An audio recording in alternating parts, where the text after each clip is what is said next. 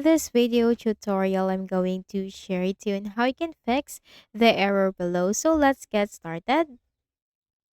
That is in Google Chrome. So the first thing we can do is to open the Chrome browser.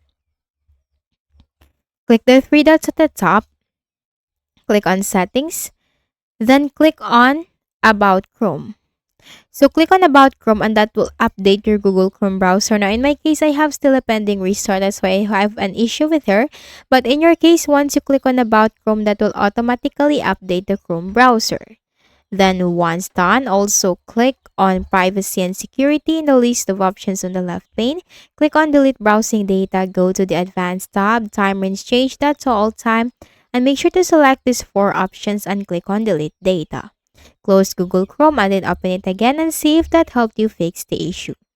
The next thing that we can do is to temporarily disable the third-party antivirus that we have on your Windows. If you have any installed third-party antivirus softwares, just simply try to temporarily disable that.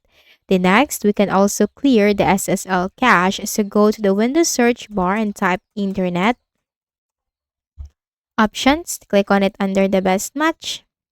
Then go to the Content tab and here you'll find the option that is to clear the SSL state. Click on that.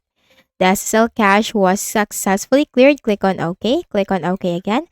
Then restart your Windows once. Right-click at the Start button, shut down or sign out and restart, and just try again. Next method, click on the Start button and go to Settings. Then you have to click on Time and Language in the left pane. Click on Date and Time. Make sure you are in the correct date and time. Then after you are in the correct date and time, enable these buttons and then click on Sync Now.